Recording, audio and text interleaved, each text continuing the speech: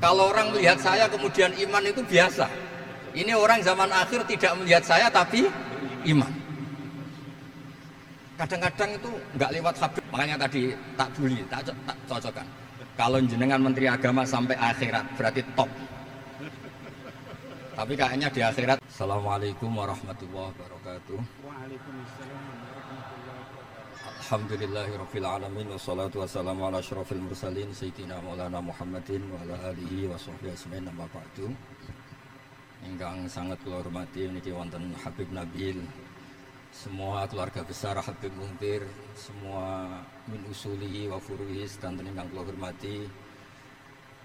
Ingkang terhormat Habib Ahmad Bahar, Habib Ja'far Al-Attas, jadi wonten Profesor Nazaruddin, wonten Pak Muzani, wonten Mas Nusron sedanten ingkang kula hormati. Yang spesial, saya ini punya dua permintaan. Satu, jangan diundang lagi. Dua, saya minta maaf kalau yang ingin ngundang, mohon nggak usah diteruskan.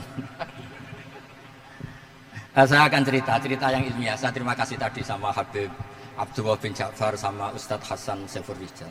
Begini, kenapa saya banyak dikutip para narasumber? Karena saya ini jenis kiai yang otoritatif. Jadi saya ini karena nggak menteri, sehingga kalau belajar itu serius sekali. Ya alhamdulillah ini ada Pak Muzani, orang yang bisa ngelantik seseorang jadi presiden. Masih punya utang satu, bisa nggak ngelantik kita jadi ahli surga? Begini, kalau cerita ilmiah, nanti saya baca hadisnya. Ada kelebihan kita jadi manusia itu justru karena ketidaktahuan kita. Kita tentu hingga detik ini tidak melihat surga langsung, tidak melihat neraka langsung, apalagi melihat Allah Subhanahu wa Ta'ala. Tapi selalu ada teori, dan ini dibenarkan oleh semua ulama, karena ini nas itu mansuh. Geniku di antara kelebihan Rasulullah SAW adalah diutus kafatan linnas untuk semua orang. Sehingga ada orang ditanya, dengan apa kamu tahu kalau Tuhan itu satu? Orang ini dengan enteng menjawab, innal isnaini, angka 2, 3, 4 dan seterusnya, nisbatu dzalika ilal wahid nisbatul far'i ilal asli. Jadi segampang itu nerangkan ayat qul huwallahu ahad, Allah itu satu. Karena angka itu 2, 3 sampai 1 miliar 1 triliun, nisbatu dzalika ilal wahid nisbatul far'i ilal asli. Semua itu asal usulnya satu. Begitu juga sebegitu gampangnya Syekh Nawawi Al-Bantani menerangkan kenapa bismillah itu dimulai ba. Huruf hijaiyah kan alif, tapi kalau bismillah dimulai dari satu ba. Ba itu ada titik satu. Anda gambar kambing, gambar apa saja, gambar Anda entah baik entah jelek, itu tetap dimulai satu titik. Nah, satu titik ini disebut nuqtatil wujud, asal usul wujud. Sebab itu kitab I'anatul Thalibin, tadi Habib Nabil cerita sanad-sanadnya Mbah Mun. Sebetulnya kalau boleh angkuh, yang berhak cerita itu saya, karena kitabnya milik saya. Tapi beliau tak kasih terus cerita, ya alhamdulillah. Ada penyambungnya itu. Nanti tak kasih lagi beliau. Ya memang yang paling berat beliau karena turunannya itu. Tapi kitabnya dari saya, jadi ya satu-satu. Kitab I'anatul Thalibin itu dikarang oleh ulama top, namanya Said Abi Bakar Sato. Beliau punya murid yang sangat terkenal di Indonesia, namanya Syekh Mahfud At-Turmusi.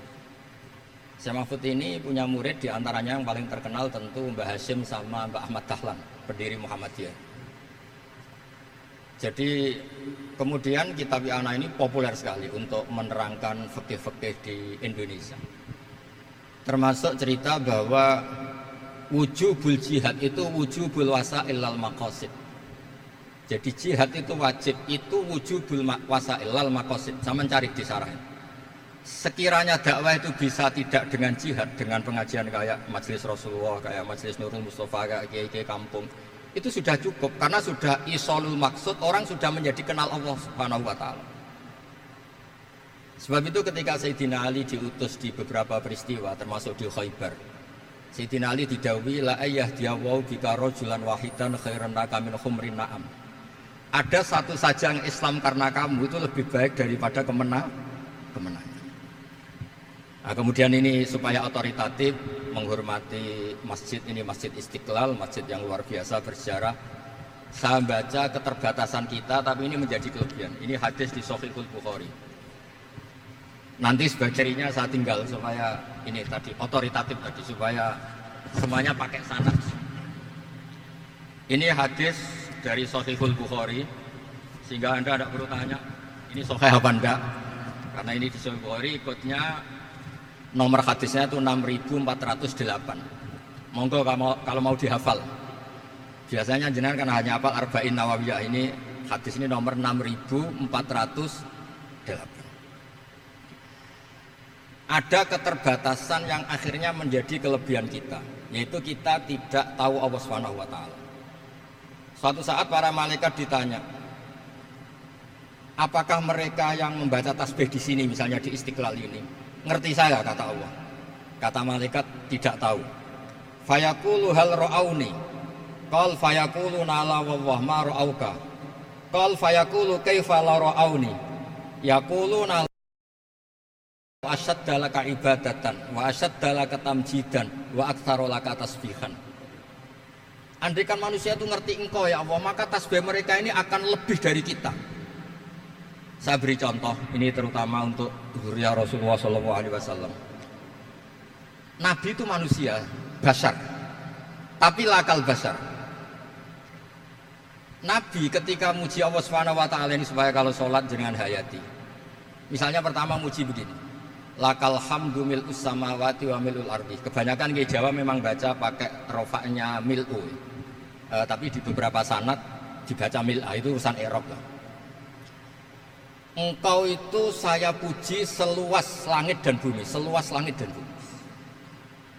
Seluas langit dan bumi itu enggak keren, karena langit ini tetap mahsurah, as-samawat ini apapun luasnya langit itu tetap terbatas.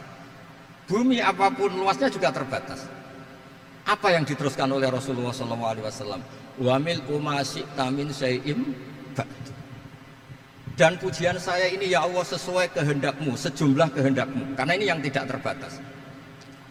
Begitu juga ketika Nabi dengan keterbatasan sebagai manusia, bukan sebagai habibullah, atas nama manusia. Nabi itu punya dua sisi, kadang sebagai basar, kadang sebagai habibullah.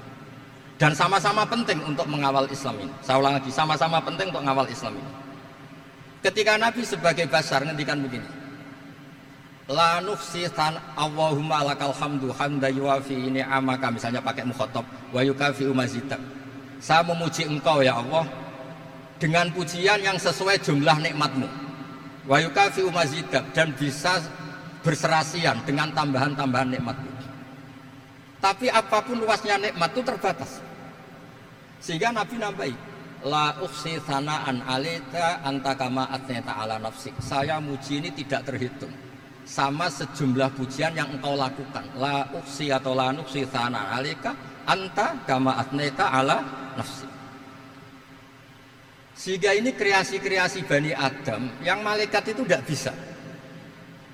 Saya ulang lagi, ini kreasi-kreasi Bani Adam yang bakat malaikat itu tidak bisa.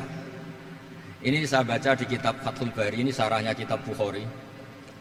Kata Imam, ini saya ulang lagi, ini kata Imam Ibnu Hajar al-Asqalani, pensarah terbaik Bukhari. Jadi Sahihul Bukhari itu punya sarah paling terkenal namanya Fathul Bari. Itu gurunya Syekh Zakaria Al-Ansari. Syekh Zakaria itu dikenal sebagai Syekhul Islam. Itu berkahnya punya guru alim banget, kereng. Ibnu Hajar al-Asqalani itu kereng itu keras. Kalau muridnya tidak bisa itu keras sekali, tapi urusan ngaji saja.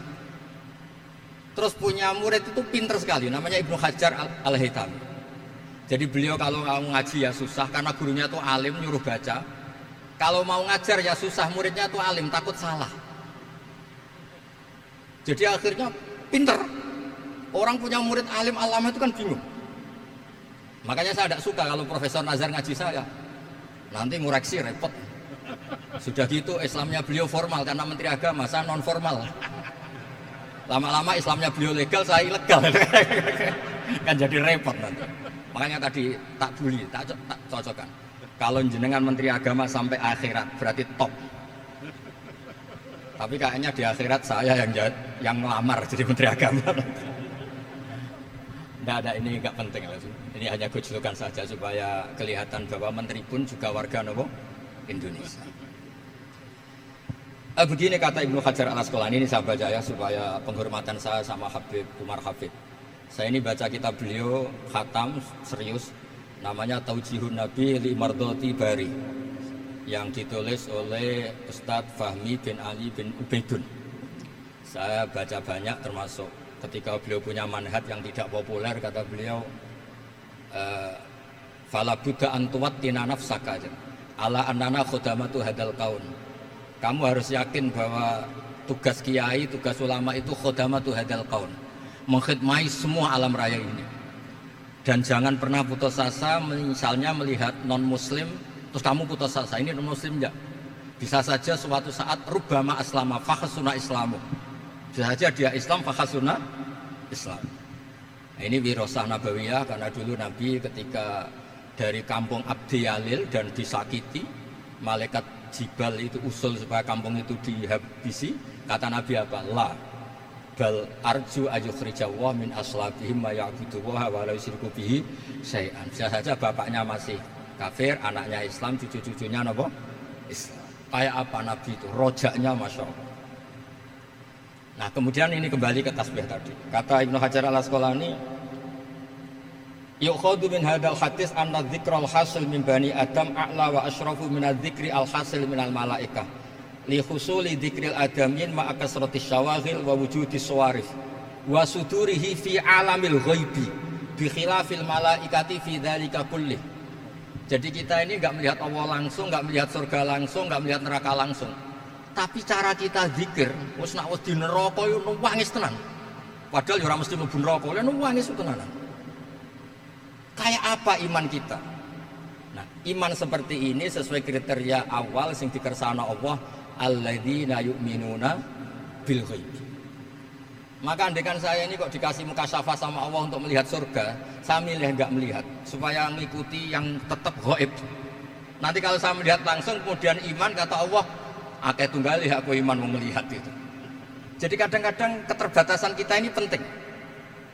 Makanya masyhur Nabi pernah ngendikan tuba liman ro'ani wa amanabi, tapi wa tuba liman lam yaroni wa amanabi.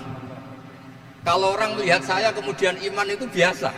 Ini orang zaman akhir tidak melihat saya tapi iman. Kadang-kadang itu enggak lewat Habib yang ganteng itu, enggak lewat Mudin. Mudin di kampung rapati di duit, ini mulang tauhid ya mandi.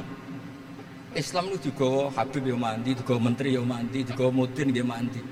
Karena Islam itu kafatal, napa kafatal. Nah yang nggak dipunyai malaikat adalah tadi seperti cerita saya tentang Imam Amudi. Segampang itu. Makanya di tradisi pondoknya Mbah Maimun itu ada tradisi qaddimid dirayah ala riwayah. Logika riwayat itu penting karena itu menjadi nyaman.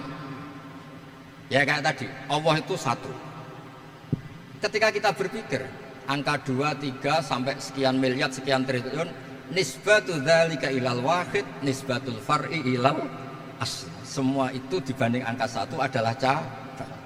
Gambar kayak apa ruwetnya, dinisbatkan asal usulnya mesti satu nuktoh, yaitu satu titik. Nah satu titik ini kata pengarang Ianatul Thalibin, bi kana makana wa bi yakunu maya. Nah kemudian terakhir ini enggak boleh lama-lama. Kalau lama-lama nanti sampean pinternya nyanyi saya. Sudah. Tapi enggak apa-apa. Saya ini termasuk kiai yang sudah diundang. Ini termasuk Pak MPR, enggak boleh undang saya. Pak Nusran apalagi enggak boleh. Itu kalau di kampung sama saya hormat, kalau di sini kok kayak menteri itu. Menteri betul tapi. Lawang gurunya dia itu teman saya gitu. Jadi tanya ini kan enggak percaya. Makanya kalau sama saya beliau cium tangan, saya sebetulnya ya nggak siap dicium tangan menteri itu nggak siap. Apalagi dihormati Pak Nazar nggak siap, nanti dikira minta haji malah repot. repot. Saya ini tadi bisik-bisik itu urusan ilmu tasawuf, nggak ada urusannya dengan haji. Nah. Cocokan. Kenapa beliau suka ilmu tasawuf? Saya kan sering lihat beliau ceramah di TV. Katanya Obat Gus, obat. Orang kalau belajar tasawuf kan kepenak itu. Kayak wis ahli swarga kan kepenak di tasawuf itu kan memang. Sekarang saya cerita tentang ini karena bidang yang saya tekuni. Ada kitab tentang ulumul Quran namanya Al-Mufradat fi Gharibil Quran.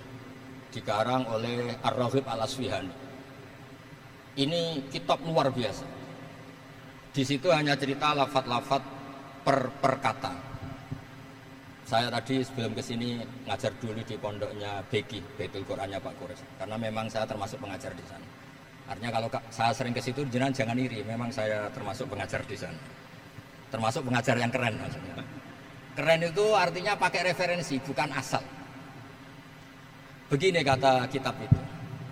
Rasulullah SAW itu kan punya nama Muhammad, orang yang banyak sikapnya atau semua sikapnya terpuji. Termasuk ketika sebagai manusia, sama lagi termasuk ketika sebagai apa? Manusia. Sebagai manusia aja Nabi gak pernah salah.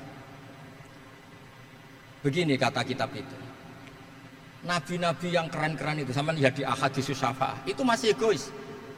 Ketika ada haulul mauqif, ada prahara mauqif, itu semua Nabi bilang nafsi, nafsi, nafsi, nafsi. Ketika dimintai syafaat bilang nafsi, nafsi. Tapi Rasulullah SAW itu beliau ngendikan ummati, ummati.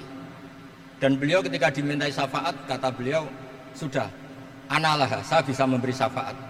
Kata beliau, fa'akhirru lillahi ta'ala sajidan fayaqulu li ya Muhammad irfa' ra'sak wasal tu'tah wasfa'tu syaffa'. Kayak apa hebatnya Rasulullah SAW? Umumnya para nabi melihat akhirat itu sudah akhir dari semua amal. Itu menurut Nabi Muhammad gak keren. Allah itu gak bisa didikte akhirat. Allah itu Tuhan, tetap yaf'alu ma yasha. Jadi gak bisa misalnya sudah akhirat orang nyuwun sewu terus tanya, ya Rasulullah ini sudah akhirat kok jenengan sujud barang ini gimana? Ini sudah gak darul amal tapi ini darul jaza. Gak bisa. Akhirat gak bisa dibatasi. Karena akhirat gak bisa membatasi Allah, Nabi tetap dengan rileksnya minta sama Allah. Fa ahmaduhu bima hamida 'allamani ya rabbi. Kemudian saat itu saya muji-muji Allah dengan pujian yang luar biasa. Terus kata kitab itu, fa Muhammadun ahmadu min ghairihi. Makanya beliau punya nama Ahmad. Ahmad itu afal tafdil, bukan fi'il mudhari' waqi' mutakallim. Ini pernah madrasah dulu di Kutsian. Tamat terus. Beliau kalau di rumah hormatnya tidak kayak tadi, lebih dari itu. Tapi di sini pejabat terus. Sembrono ya di sini itu kelewat itu. Ya tapi nggak apa-apa itu. Tadi sudah dipuji, akhlaknya baik, apa-apa baik, alhamdulillah. Fa Muhammadun ahmadu min ghairihi. Ketika para nabi nggak bisa muji Allah di mahsyar, bahkan mereka itu nyuwun sewu egois, hanya mikir diri sendiri, nafsi-nafsi. Rasulullah Muhammad ini punya nyali untuk muji Allah dan tetap mengajukan permohonan apa? Disebut fa Muhammadun ahmadu min ghairi. Sampeyan lihat di Bukhari, di Muslim. Fa ahmadu fi mahamida 'allamani rabbi. Tetap muji-muji Allah. Nah, bukti bahwa teori saya benar dan otoritatif adalah yang enggak bisa hilang di surga itu juga wiridan. Ketika kita masuk surga, apa kita kegiatannya? Da'wahum fiha subhanakallahumma wa tahiyyatuhum fiha salam wa akhiru da'wahum alhamdulillahi rabbil alamin. Nah, kemudian ini juga yang terus kemudian dinyatakan al-baqiyatus sholihat. Ini kalimat-kalimat yang abadi. Karena apa? Di dunia ya kita bilang subhanallah alhamdulillah, di akhirat dia bilang subhanallah. Kayak apa kerennya kita sebagai Bani Adam? Nah, makanya disebut alladzina yu'minuna bil ghaibi. Wong tidak melihat Allah, tidak melihat surga, tidak melihat neraka, tapi iman kita ini kayak iman sing musyahadah. Iman sing hakul yakin, ainul yakin. Kenapa demikian? Ya karena tadi kita diajari terus menerus oleh Rasulullah SAW. Yang terakhir saya cerita mukjizat. Ini juga terkait dengan betapa mudahnya hadad din ini di logika, dicerna. Kata Rasulullah SAW, sabda Nabi di hadis, saya ulang lagi ini hadis sahih di bab awal Fadailul Quran di Sahihul Bukhari. Dicek kalau nggak percaya dicek. Ma minal anbiya'i nabiyyun illa u'tiya minal ayati ma misluhu amana alaihi bashar. Wa innama kana alladzi utitu wahyan auhahu wa ilayya fa arju an akuna aktsarahum tabi'an yaumal qiyamah. Enggak ada nabi kemudian kecuali dikasih wahyu, dikasih mukjizat. Dan mukjizat ini dahsyat sehingga orang itu dipaksa iman. Kayak Nabi Soleh, ada unta besar keluar dari batu. Nabi Musa punya tongkat dipukulkan ke Laut Merah langsung menyibak jadi daratan. Tapi kata Nabi Muhammad SAW, saya itu tidak punya mukjizat kayak itu, juga gak ingin. Saya ini dikasih mukjizat Al-Quran. Dan saya berharap karena mukjizat Quran ini adalah terus kemudian umatku menjadi yang terbanyak ila yaumil ya. Sekarang kita berlogika. Ini kata kitab Fathul Bari lagi. Kita berlogika. A'jaza yu'jizu i'jazan. Sesuatu yang menjadikan orang lain nggak mampu disebut i'jaz. Kemudian karena ayat menjadi mukjizat. Sesuatu yang kita sepakat nggak mampu. Nah kalau itu masalahnya, tongkat dipukulkan laut kemudian menjadi kering, kita mampu enggak? Enggak kan? Tapi pertanyaannya, Anda bikin nyamuk mampu enggak? Enggak kan? Anda bikin sapi, bikin unta mampu enggak? Enggak kan? Makanya Nabi Muhammad SAW cukup, sudahlah kamu itu manusia, bahkan sekedar menciptakan lalat itu enggak bisa. Innallaha la yastahi ayyadriba mathalan ma'ba'udatan. Kemudian mukjizat ini sama Nabi dicontohkan hal-hal yang keseharian kita. Wa min ayatihil lailu wan naharu wasyamsu wal qamar. Sekarang peristiwa laut dibelah Nabi Musa dengan matahari yang nggak pernah turun mesin, itu keren mana coba? Keren matahari yang nggak pernah turun. Terus kata Ibnu Hajar al-Asqalani, li'annal mu'jizat al-madiyah kanat khisyatan tusyahadu bil absor. Kana qoti soleh wa asa Musa. Wa mu'jizatul Qur'an tusyahadu bil basirah. Fakana man yattabi'uhu atau yatba'uhu li ajliha aksar. Fa innal ladzi yusyahadu bil absar yang qaridu bingkiradi musyahidihi wal ladzi yusyahadu bil basirah bakin. Ya saya ulang lagi, bakin. Ya, bakin terus disaksikan orang sing ja'a badal awali mustamirran. Begini logikanya. Mukjizat kayak nakoti Soleh atau Asa Musa yang terkenal. Saya andaikan jadi umatnya Nabi Musa terus dikasih tongkat itu, terus bisa apa coba? Ketika kita punya utang disuruh nyaur ya nggak bisa dipakai jaminan kan. Sudah gitu orang tanya ini asli apa enggak? Kalau asli buktikan, kan ya repot. Tapi kalau kita jadi umatnya Rasulullah SAW ditunggoni Quran, punya banyak masalah resepnya sabar. Kalau nggak bisa sabar ya nyari kiai-kiai tukang ijazah anak menodongannya mandi. Karena orang mensifati Allah itu macam-macam. Makanya saya pastikan nggak ada agama yang mengajarkan rasional kayak agama apa? Islam. Makanya liqaumi yaqilun liqaumi yatafakkar. Coba misalnya nyamuk. Kamu bikin nyamuk tidak bisa kan? Nyamuk punya organ tubuh kecil, organ tubuhnya punya urat. Kamu mikirnya kayak apa?